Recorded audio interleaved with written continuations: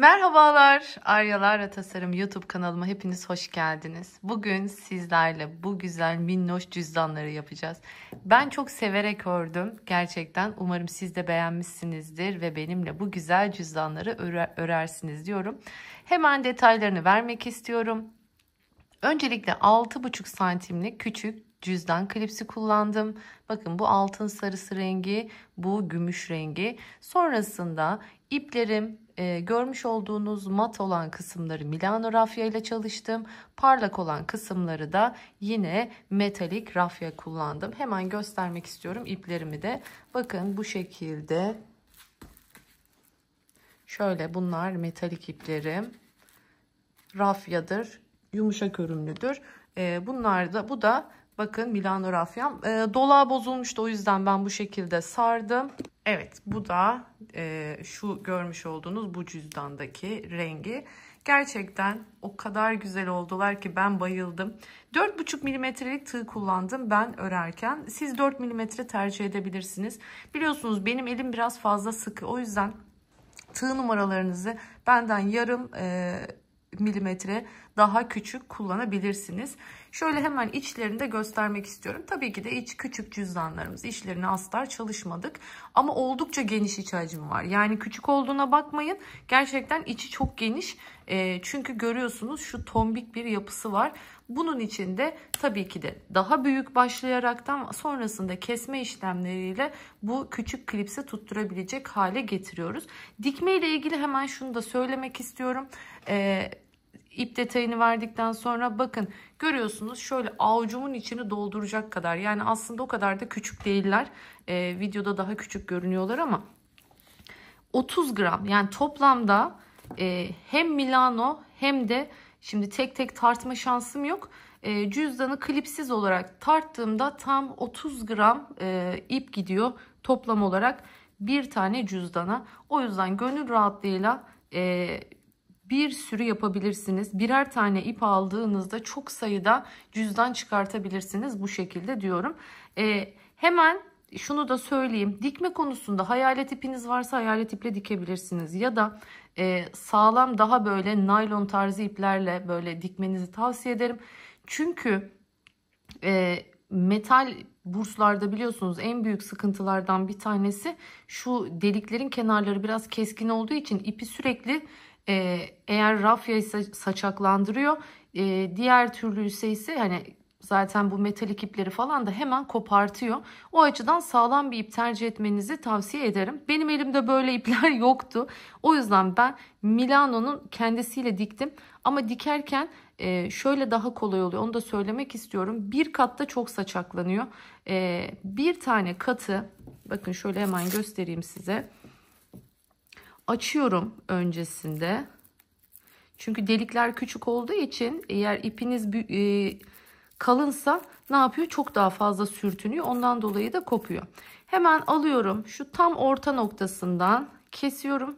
Ve bu şekilde ipi ikiye ayırıyorum ki daha ince olsun. Milano rafya biliyorsunuz bulabileceğiniz en dayanıklı ip. Yani kesinlikle bu şekilde kopartamazsınız. Ama o sürtünmelerden kaynaklı eğer kalın tutarsanız şöyle şu şekilde hemen göstereyim. Bakın böyle lif lif, şöyle lif lif saçaklanmalar oluyor. Yani bunlar şöyle liflerine ayrılıyor. Şu şekilde. O yüzden sizin mümkünse misina tarzı ya da naylon ipiniz varsa çok daha kolay bir şekilde halledebilirsiniz diyorum. Ve hala kanalıma abone olmadıysanız, hala benimle değilseniz bu yolculukta sizlerden abone olmanızı rica ediyorum. Biliyorsunuz abonelikler tamamen ücretsiz. Aynı zamanda gönderilerimi beğenir, yorum yaparsanız da çok mutlu olurum diyorum. Ve hemen lafı uzatmadan haydi örmeye başlayalım. Hemen iplerimi açıyorum ve örmeye başlıyorum. Şu şekilde ikisi de yumuşacık, gerçekten hiçbir şekilde elinizi acıtmayan, yormayan ipler diyebiliriz. Şimdi hemen tığımın üstüne ipimi alıyorum. Tuttum, bakın sabitledim tırnağımla. Sonrasında bir zincir çektim, bırakmadım. Bir zincir daha çektim ve bunu bıraktım. Bu benim ilk zincirim olmuş oluyor. Hemen 10 tane zincir çekiyoruz. 2, 3, 4, 5, 6, 7, 8, 9 ve 10 tane. Bu 10 tane zincirden sonra hemen bir tane yükseklik için çekiyorum ve şöyle örgümü arka tarafına çeviriyorum. Bakın bu şekilde. Son zincir değil, hemen bir önceki zincirin arkasındaki, artık alıştık bu sürekli battığımız yerler. Bu tabanda delik oluşmamasını, daha düzgün bir taban hattı oluşmasını sağlıyor. Bakın ilk sık iğnemi bu şekilde yapıyorum ve hemen buraya bir işaretleyici takıyorum. Daha sonra dönüp dolaştığımda batacağınız yeri daha net bir şekilde görebilmeniz için yapıyorum bunu. Bakın battığım ilmeğe girdim. Görüyorsunuz, bu benim ilk ilmeğim. Evet, şimdi ilkini sık iğne olarak yaptım. Şimdi şuradaki sık iğnenin ikinci kanadına giriyorum. Bakın bu şekilde. Hemen yanındaki ilmeğe girdim, çıkarttım. Bakın birazcık uzatıyorum son ilmeği. Tığımın üstünde 3 tane var. Üçünü birden topladım. Geldim yine, bakın son kanadı giriyorum buraya. Hemen yanındaki ilmeğe giriyorum. Girdim.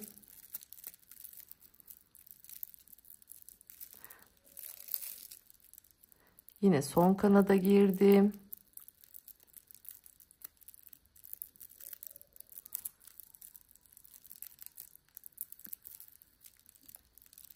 Yanındaki zincire girdim.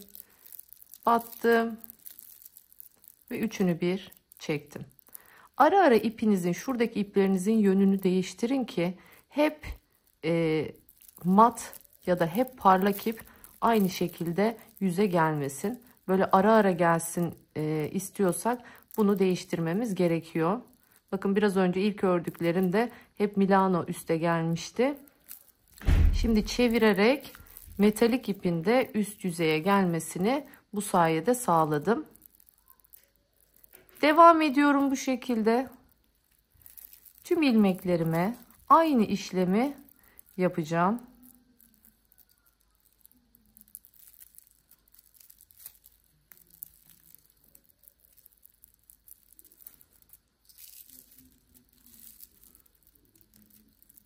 Şimdi gene battım. Bakın yaklaşıyorum artık sona. Burada arttırmalarımızı yaparken zorlanmamak için işaretleyicilerden yardım alacağız. Tığım biraz büyük olduğu için ilk sırada biraz batması zor oluyor ama sonradan çok rahat öreceğiz. Bakın son ilmeğe de girdim. Şimdi bu şekilde ilk örneğimi yaptım. Şimdi buraya bir işaretleyici takıyorum. Nerelere takacağım bunu? Bir başa, bir de sona. Bakın bu birinci olana taktım. Şimdi yine en son ilmeğe girdim. Aynı ilmeğin içine ikinciyi yaptım. Tekrar en son ilmeğe girdim. Aynı yere tekrardan girdim. Ve yine aynı ilmeğe girip en son yere tekrar girdim. Yani kaç kere tekrarladım aynı işlemi? Bakın toplamda 4 kere yaptım. Şimdi bu da benim en sonuncusu ya. Hemen buraya da işaretleyicimi takıyorum. Yani bir tane birinciye taktım. Bakın bu şekilde birinci, ikinci, üçüncü, dördüncü. Bir tane de dördüncüye taktım. Şimdi karşı tarafa geçiyoruz. Aynı şekilde burada yaptıklarımızın karşısına geçiyoruz. Hemen buradaki bakın ilmeğin tam karşısında bir tane daha var. Oraya girdim. Yaptım. Tekrar son kanada battım. İpimi de içinden yürütüyorum bu esnada. Bakın aynı şekilde görüyorsunuz. İlmeklerimiz gözüküyor. Aldım son lobu, girdim buraya. spiral olarak dönerek öreceğiz bu çantayı. Pardon, cüzdanı. Ama siz tabii ki de bu gösterdiğim yöntemle normal büyük bir taban yaparak bunu klasik bir burslu çantaya da dönüştürebilirsiniz. Mantık aynı şekilde sonuçta. Ben aslında burada küçük bir burslu çanta yapmış oluyorum bu cüzdanı yaparken. İki ip birazcık zorluyor biliyorum. Hem görmeyi zorluyor hem de örmeyi zorlaştırıyor. Zaten dediğim gibi süre olarak oyalayan kısmı iki iple çalışıyor olmak. Yani tek iple yaptığınızda bunu çok daha seri bir şekilde yapabileceksiniz. Evet. Bakın artık geldim oraya. Hemen ne yapıyorum? Artık ipimi yeterince zaten içeriden yürüttüm. Bunu kesiyorum. Karışıklık olmasın. Şimdi geldim. Bakın buraya. Şimdi yine aynı şekilde bu deliğin içine yapmaya başlayacağız. İşaretleyeceğim taktığım yere giriyorum ve artık bunu çıkartıyorum. Bu birinci ilmeğe taktım. Aynı şekilde bakın. Burada nasıl birinciye dördüncüye taktıysam burada da aynısını yapacağım. Birinciye taktım. Son ilmeğe girdim. Aynı yere bir daha.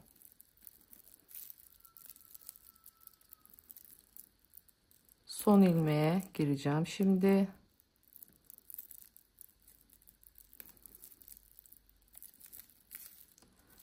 Siz 4 milimlik tığla da örebilirsiniz. Benim elim biliyorsunuz çok sıkı. Genelde benden yarım numara küçük tığ kullanırsanız eğer eliniz sıkı değilse benimle aynı görüntüyü o zaman elde edebilirsiniz. Girdim yine aynı boşluğa. Üçüncüyü yaptım. Bakın ilk ilmeğim altta kayboluyor. O yüzden onu saymıyoruz. Tekrardan dördüncüyü de yapıyoruz. Geldim. Dördüncüyü de yaptım. Hemen ne yapıyorum? Dördüncüye de bir tane işaretleyicimi takıyorum bu şekilde. Şimdi spiral olarak dönmeye başlayacağız. Bakın yine son ilmeğin içine girdim. Hemen yanındaki bakın tepeye geçiyorum. Spiral olarak döneceğiz demiştim.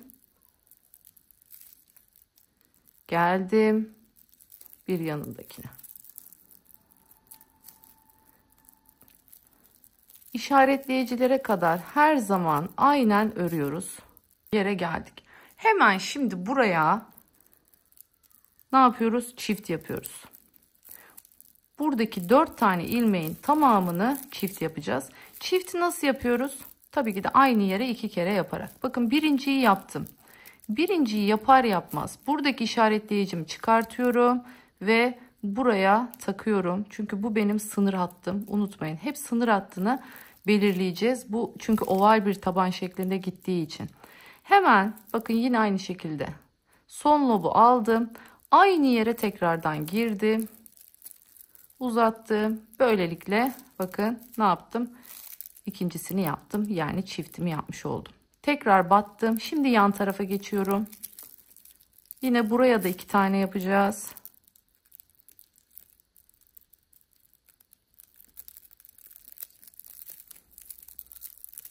Evet, burayı da çiftledik. Tekrardan aldım. Bir diğerine geçtim. Burayı da çiftledik. Döndüm. Şimdi sonuncuya. Burayı da çiftliyoruz.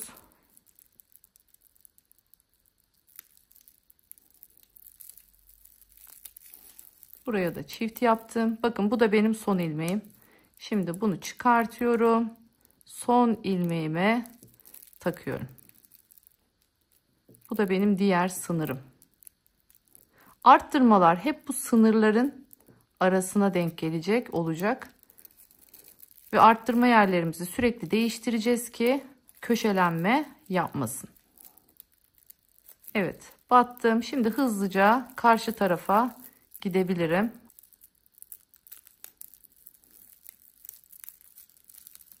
Evet.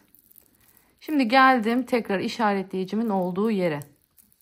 Şimdi burada da yine ne yapacağım? Bakın burada hepsini çiftlediğim gibi. Şimdi buradakilerin de hepsini çiftleyeceğim. Aynı şekilde. Birinciyi yapar yapmaz ne yaptım? Hemen işaretleyicimi taktım. Bakın ilk arttırma yaptığım yer kırmızıların olduğu yer. İlk arttırma yaptığım taraf.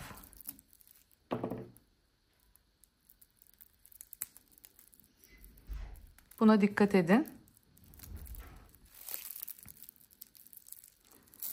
Evet. Şimdi buraya bir tane yaptık. Dikkat ettiyseniz. Ne yapıyorum?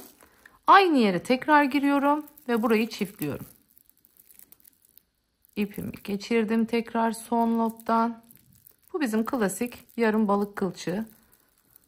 Hemen yanındakine girdim. Bir. Aynı yere tekrar. 2. Evet, en son çiftimi de yaptım. Buraya tekrardan işaretleyicimi takıyorum. Burayı göstermedim çünkü zaten buradakinin aynısını yaptık. Yani ilk ilmekle son ilmek arasını ne yaptık? Dolaştık bu şekilde. Şimdi geldim artık. Bakın burada da aynı şekilde yapmış olduk. 1 çift, 2 çift, 3 çift, 4 çift oldu. Devam ediyorum. Şimdi geliyorum karşı tarafa. Bu sefer ne yapmamız gerekiyor? Bir tek, bir çift yapmamız gerekiyor.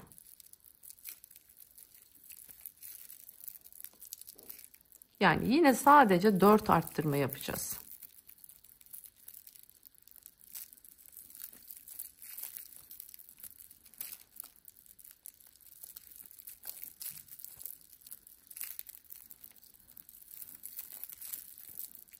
Bakın sınıra geldik. Şimdi buraya işaretleyicimi koyduğum yere bir tek yaptım. İlmeği çıkartıyorum ve buraya takıyorum tekrardan.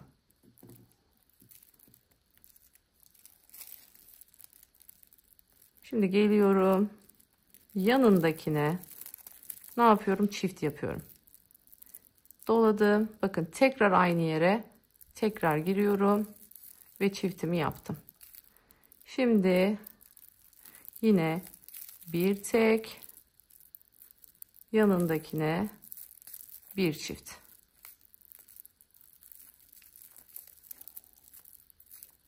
Geldim tekrar buraya. Bir tek,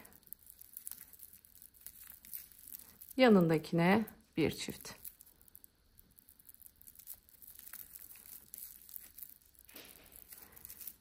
Şimdi tekrardan bir tek, buraya bir çift. Birinciyi yaptım. Aynı yere ikinciyi de yaptım. Ve şimdi işaretleyicimi takıyorum.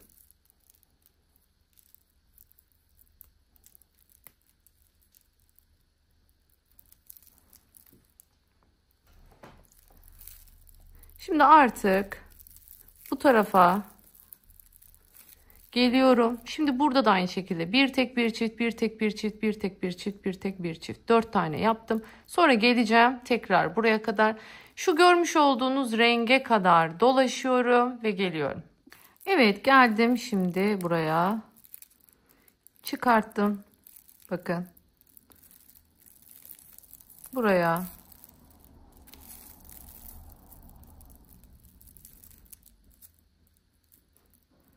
Bir tane tek yaptım. Geldim yanındakine. Bir tane çift yapacağım. Ama öncesinde bunu takmayı unutmayalım. İlk yaptığım tekin tepesine taktım. Şimdi bunu çift yapacağım. Çiftledim burayı. Şimdi tekrardan bir tek. Bakın ne oldu? Bir tek, bir çift dedim. Şimdi buradan sonra ne olmuş olacak? Yine bir tek yaptım. Yine bir çift yapacağım. Yani ne oldu? Bir tek, bir çift, bir tek. Bir tek, bir çift, bir tek şeklinde gidecek. Şimdi tekini yaptım. Bu da bitti. Şimdi sıradaki için yine bir tekimi yaptım. Geldim. Şimdi çiftimi yapıyorum.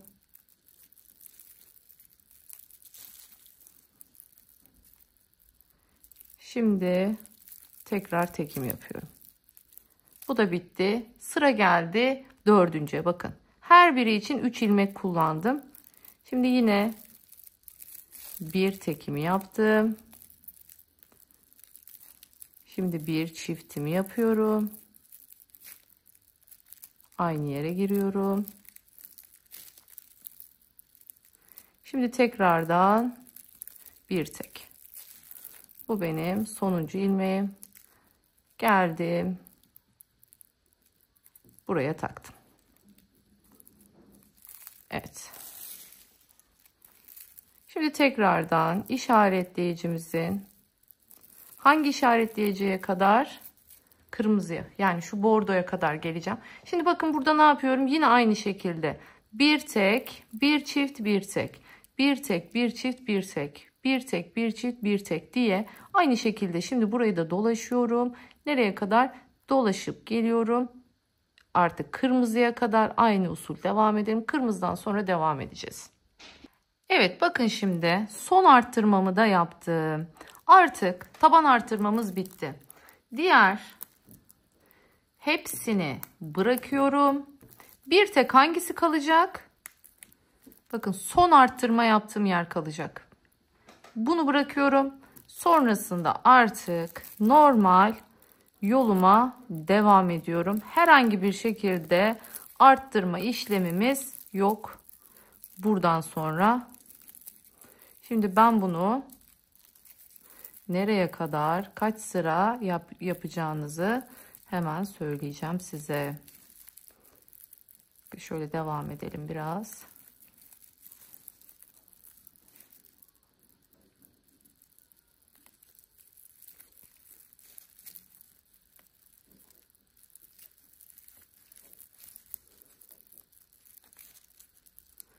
Bakın bu tarz iki katlarda elinize dolamayın. Elinize ipi doladığınız takdirde iplerin bir tanesi gevşek, bir tanesi sıkı gelir. Onun yerine bu şekilde benim tuttuğum gibi tutabilirsiniz. Burada ne yapıyorum? Hemen göstereyim. Bakın şöyle geçirdim buradan. Döndüm, geçirdim buradan. Bu şekilde yaptığımda bakın parmağımın arasında kıstırmış oluyorum bunu. Böylelikle daha rahat bir şekilde örüyorum. İstediğim şekilde gevşetiyorum. İstediğim şekilde oradan stopluyorum.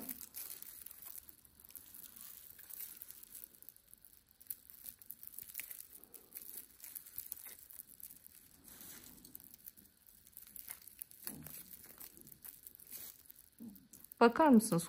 Aslında bu şimdi hemen şunu da göstereyim size. Bursumuz bu kadar. Bakın görüyorsunuz. Küçücük bir bursa kocaman bir taban yapmış olduk. Bize de bu işte şu görmüş olduğunuz tombikliği sağlıyor. Tombikliği veriyor. Sonrasında belli bir yüksekliğe kadar ördükten sonra da bu sefer artık bunu küçültmeye başlayacağız ki bu ağız kısmında bursumuza tam olarak denk gelmiş olsun. Şimdi hemen ne kadar kaç sıra örmeniz gerekiyor onu söyleyeceğim size. Şöyle 1, 2, 3, 4, 5, 6, 7 ve 8. 8 sıra ördükten sonra kesmeye başlayacağız. Bakın şuradan da göstereyim. 1, 2, 3, 4, 5, 6, 7, 8. Evet, 8'den sonra artık burada kesmeye başlıyoruz. 8 sıra dediğim gibi toplamda 8 sıra. Yani şuraya geldiğinizde, bakın buraya geldiğinizde toplamda 8 sıra olmuş olması gerekecek. Şöyle bakın şuradan sonra spirale dönmeye başladığımız için görüyorsunuz, bakın tam burada spirale dönmeye başlıyoruz. Şöyle saydığınızda 1, 2, şu an kaç sıra oldu? 4 sıra oldu. Bu tarafa bakalım. 1, 2, 3, 4, 5. Bakın 5. sıraya dolaşıyoruz. Buraya geldiğimizde artık burası da 5 olmuş olacak. Yani şu ortanızı dilerseniz işaretleyin. Hani ola ki ayırt edemiyorsanız nereden başladığınızı. Bakın şöyle.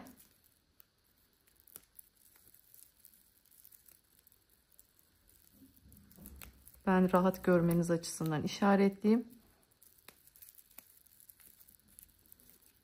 Evet, burası bizim tam ortamız. Bakın. Buradan sonra saydığınızda iki tarafta da 8 tane olacak.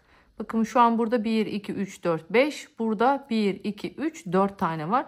Yani iki tarafta 8 olduğunda ve şuraya geldiğinizde artık oradan sonra asıl işleme başlıyoruz. Dilerseniz hemen dolaşıp geleyim. Bakın buradan itibaren 8. Yani şu an 5 tane ne olmuş? Bakın zaten hali hazırda örülmüş. Şöyle göstereyim, bakın 1, 2, 3, 4, 5, 6, 7, 8. 8. Yani şuraya kadar geliyoruz. Toplamda 8. Ondan sonra kesmeye geçeceğiz. Evet, şimdi dediğim gibi bakın orta noktamı işaretlemiştim. 1, 2, 3, 4, 5, 6, 7, 8 ve yine 1, 2, 3, 4, 5, 6, 7, 8. Gördüğünüz gibi iki tarafta da 8 sıra olacak şekilde işaretleyicimin olduğu yere geliyorum. Bu işaretleyicimizi kaybetmeyeceğiz. Bakın işaretleyicimin olduğu yere yine yaptım örneğimi. Her sırada bu şekilde getirdim. Bakın bu işaretleyiciyi buraya kadar. Yine yaptığım ilmeğe takıyorum bunu.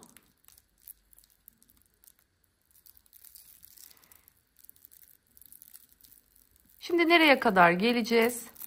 Yan ortaya kadar geleceğiz. Yani şu şekilde bakın düzgün bir şekilde şuraya dikkat edin. Şu ortaya dikkat edin. Böyle düzgün bir şekilde bunu katladığınızda tam yan noktamız neresi? Burası. Bakın bu şekilde katladım. Tam orta noktadan ve şu yan noktamı belirledim. Şimdi buraya bir işaretleyici takıyorum. Bakın iki tanesi yan yana geldi zaten. İlkine takıyorum bunu. Şimdi aynı şekilde ne yapıyorum? Bir tane de buraya takıyorum. Bakın burada da bu ikisi geldi. Bunun da yine ilkine takıyorum. Şimdi buralar benim artık kesme yapacak olduğum noktalar. Onları da belirledim. Şimdi gönül rahatlığıyla örüp oraya kadar gelebilirim.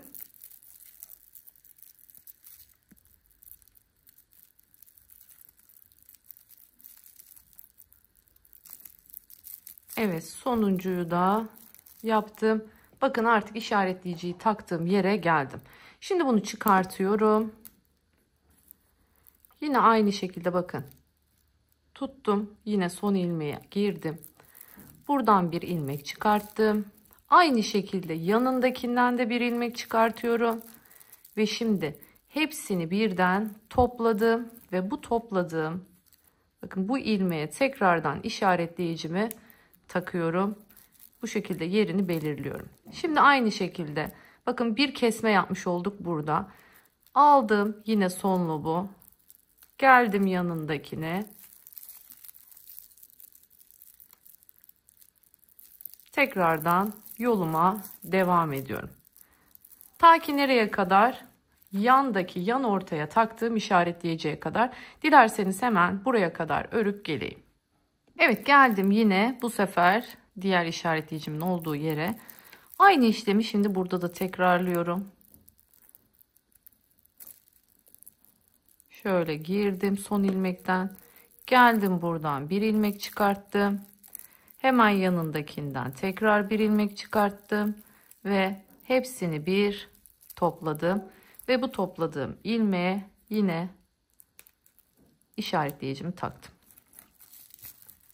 Şimdi devam ediyorum. Şurayı da tekrardan göstereyim. Şimdi bu işaretleyicimiz sırada nerede ilmeğimizi bitireceğiz onu göstermek için. O yüzden onu aynen bitene kadar devam ettireceğiz.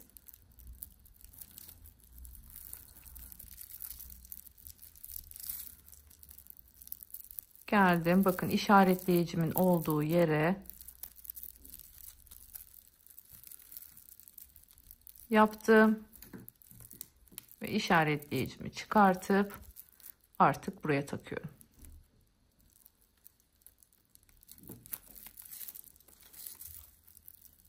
Girdim son ilmeğe. Bu şekilde devam ediyorum. Şimdi gelelim.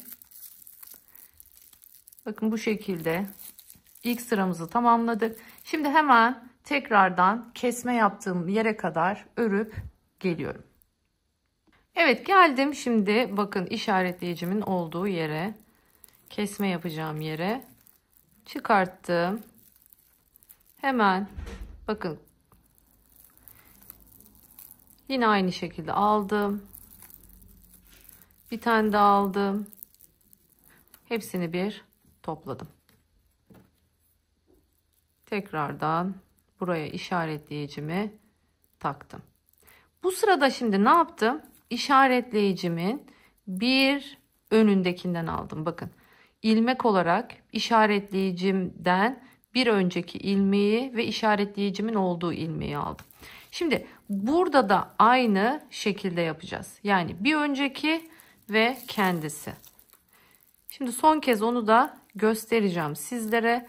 Dilerseniz şimdi tekrardan bir dahaki sıraya kadar, yani bir dahaki kenarımız, kesme yaptığımız yer burası. Şimdi buraya kadar tekrardan örüp geliyorum. Evet, bakın geldim şimdi tekrardan işaretleyicimden bir öncekindeyim. Aldım buradan. Bir tane de işaretleyicimin olduğu yerden aldım. Şimdi hepsini bir topladım.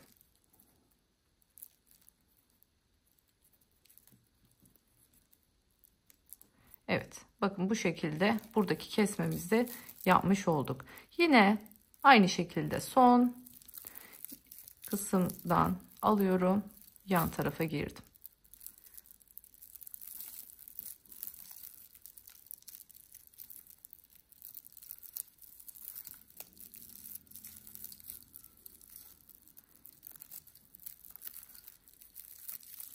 Yine sıra başlangıcımıza geldik. İşaretleyicimi yine bir üst sıraya taşıyorum. Şimdi bu sırada bakın hafif görüyorsunuz, hemen şöyle içe doğru kıvrılma başladı. Tekrardan bakın şöyle tutuyorsunuz. Bakın geldiniz. Şimdi bu sefer ne yapıyoruz? Bir sonrakiyle beraber alıyoruz. Yani şöyle, evet. Ne yapıyoruz? Bakın bu sefer bir öncekiyle almıştık, bir önceki sırada. Bunu ve bir sonrakini alıyorsunuz. Yine aynı şekilde buraya geliyorsunuz. Bunu ve bir sonrakini alıyorsunuz. Yani bir seferinde bir öncekini alıyorsanız bir sonraki sırada bir sonrakini alıyorsunuz ki dengelensin. Yoksa her seferinde aynı taraftan alırsak o zaman kesme yerimiz, dediğim gibi, o zaman bir tarafın ilmeklerinden oluşur sadece. yani kayma yapar, sürekli böyle dönme yapar. Onun olmasını istemediğimiz için bir öncesi bir sonrası, bir öncesi bir sonrası şeklinde gideceğiz. Şimdi bunu ne kadar, kaç sıra yapacağız? Bakın 2 kere yaptık şimdi kesmemizi. 1, 2, 3, 4, 5 sıra yapacağız bu şekilde kesmemizi. Aynı şekilde yanlardan kesmelerimi yapıyorum ve artık bitiriyoruz. Evet, şimdi bakın.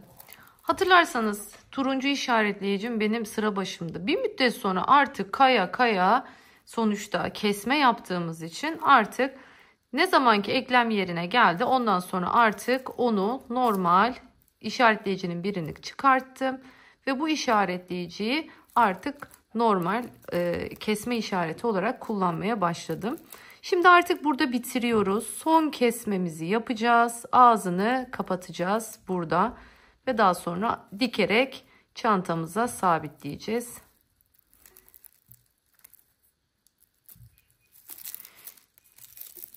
Şimdi keselim dilerseniz. Siz yine de şuna dikkat edin. Her kesme yerinizde kestikten sonra şöyle koyun. En kenara gelenler hangileri ise onları kesin. O şekilde ilerlerseniz daha iyi sonuç elde edersiniz.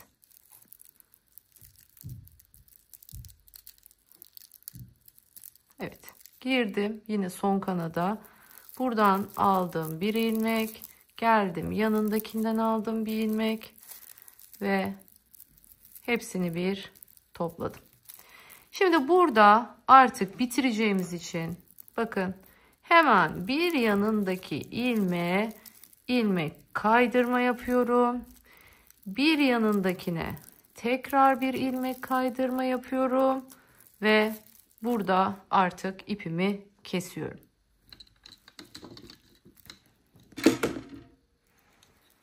Şimdi şu ipimi kısa kesiyorum. Bu ipimi Milano rafiyeye dikmek için kullanacağım. Çünkü ihtiyacım olan ip sağlam bir ip. Diğer biliyorsunuz bu metalik ipler çabuk kopuyorlar. O açıdan Milano rafiyeyi tercih edeceğim. Çok da uzun almayacağım. Çünkü deliklerden ip geçerken yıpranıyor. Ara ara ipimi değiştirme gereği duyuyorum. Evet. Bu şekilde çıkarttım ilmeğimi. Artık bunu da çıkartabilirim. Şimdi dilerseniz hemen isterseniz tartalım. Ben 30 olarak hesaplamıştım. Diğerinde bakalım bunda ne kadar kullanmışız.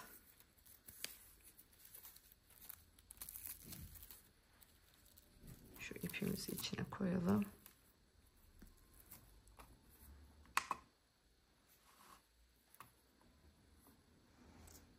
Evet, gördüğünüz gibi tam tamına 30 gram. Gerçekten ikisinden toplamda 30 gramcık ip kullanmışız.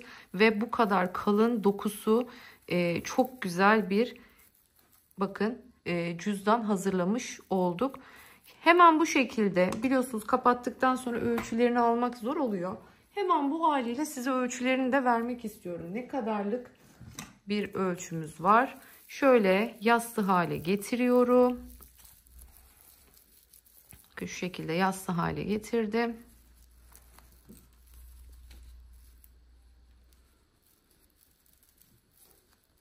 Evet, 13,5 santim enimiz var. Ve 11 santimde boyumuz var bu çantamızda. Şimdi burada ne yapacağız? Düzgün bir bitiriş yapacağız. Onun için de hemen buradan bir tane iğne alıyorum. Şuradaki bir sonraki ilmekten bakın bu şekilde V olarak giriyorum.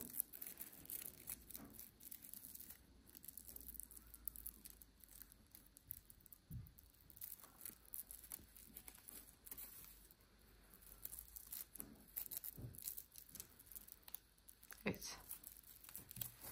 Geçtim. Şimdi bir de ne yapacağız? Tekrar ipin çıktığı yerden tekrar arkaya geri gireceğim. Şimdi bu iple aynen dikmeye devam edeceğim.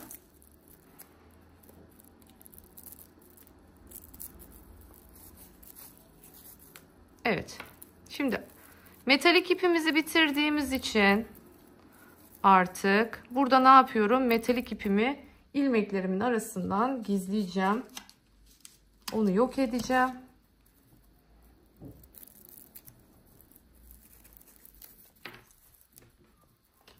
Onu bir şöyle ön tarafa çekeyim önce. Şimdi şöyle ilmeklerimizin arasından sırayla ilerliyorum.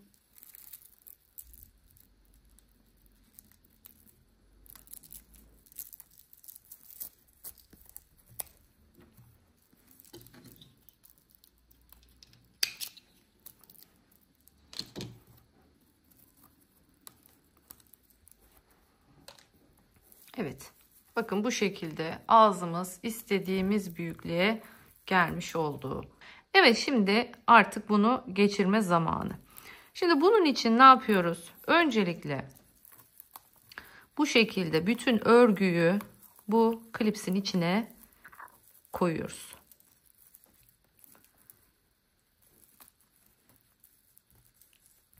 Tam yan noktasını, bakın burada şu iç size daha net bir sonuç verir. Olabildiğince şu içerideki hizayı takip etmeye çalışın. Yani şöyle gözünüzle hizaladığınızda, bakın burası çok önemli. Ortadaki şu başlangıçtaki, yani şuranın hizasını içten takip edin. Buradaki hizayla şöyle bunu koyduğunuzda, bu şekilde yerleştirdiğinizde şu hiza, bakın tam paralel bir şekilde olsun. Eğer bu buruk olursa çantanızı sabitlersiniz, uğraşırsınız o kadar. Sonrasında bir bakarsınız ki ne olmuş? Buruk olmuş. Yani istediğiniz şeyi yakalayamazsınız. O şekilde. O yüzden mutlaka ve mutlaka bakın, bitiş yerinizi hizalamayın, yan ortaya şu şekilde koyun ve tabanın tam orta noktasıyla aynı hizada olduğundan emin olun. Bu kısım son derece önemli. Burslu takılırken en büyük yapılan hatalardan bir tanesi bu. Eğer ki bunu doğru yapamazsak o zaman ne olur? Onca emeğimiz boşa gider ve yamuk olur diyoruz. Evet, bu şekilde hizaladım.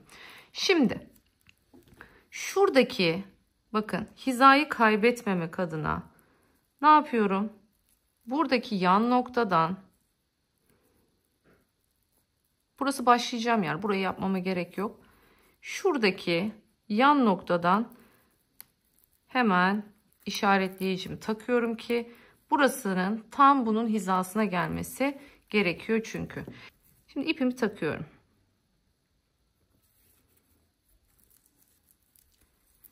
Şimdi bakın nasıl yapacağız burada. Şimdi buradan bakın bir yandaki ilmekten giriyorum. Buradaki, şöyle göstereyim. Bakın burada delikler var. İlk delikten geçiyorum. Burada eğer iğneyi elinizle çekmekte zorlanırsanız eğer, mutlaka bir böyle penseden falan yardım alabilirsiniz. Evet. İple birlikte ne yazık ki zor geçti. Yani şu delikler, bakın delikten geçtiği zaman rafya ister istemez birazcık yıpranıyor. O yüzden çok uzun tutmayın ipinizi. Şimdi tekrar buradan geçtim. Hemen ne yapıyorum? Bir yanındaki ilmekten geçeceğim. Bunu tek başına bir çıkartayım şöyle sıkıca. Bakın şu ilmekten geçmiştim. Şimdi hemen yanındaki ilmekten bu şekilde çıkıyorum.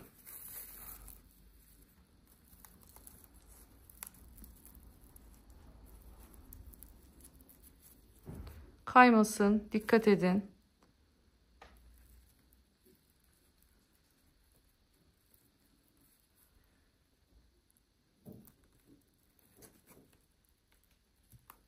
Bir yanındaki delikten çıkıyorum bu şekilde.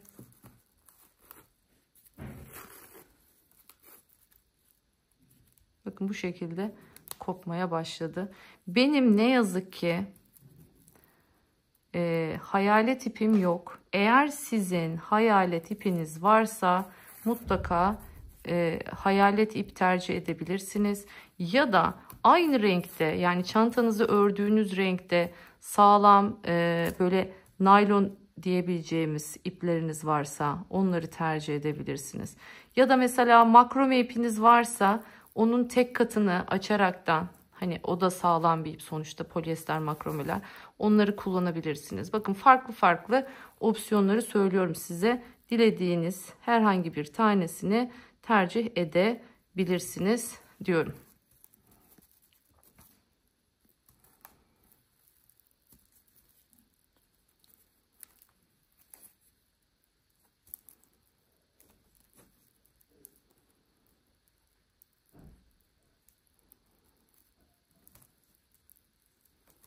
Bakın bu şekilde bir buradan bir buradan gidiyorum.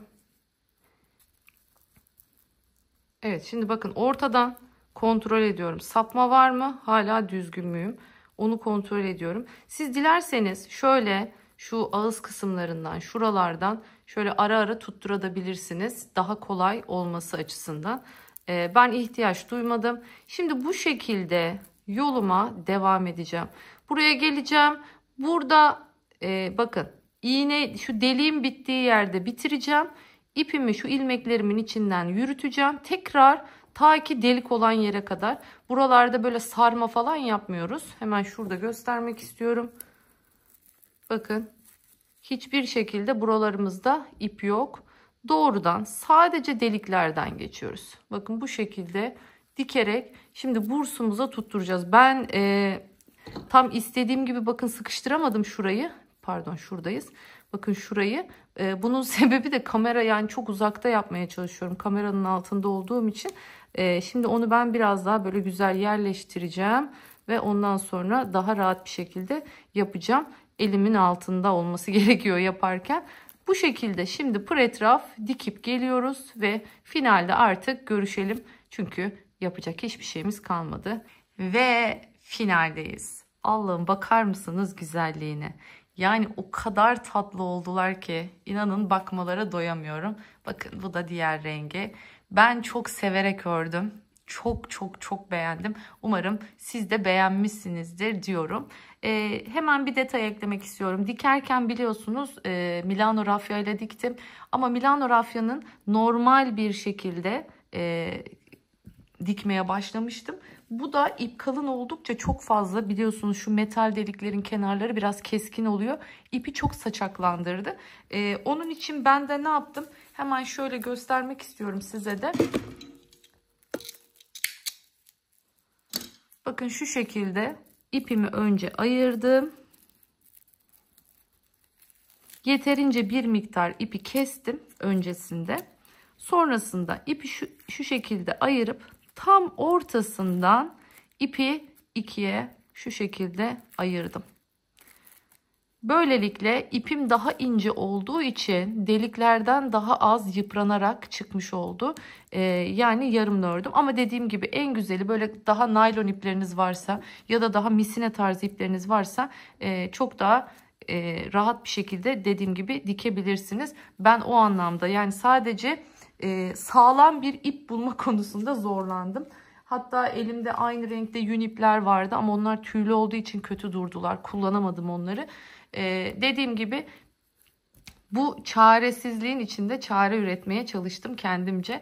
Ben çok keyifle ördüm. Umarım siz de benimle buraya kadar keyifle bu cüzdanları örmüşsünüzdür.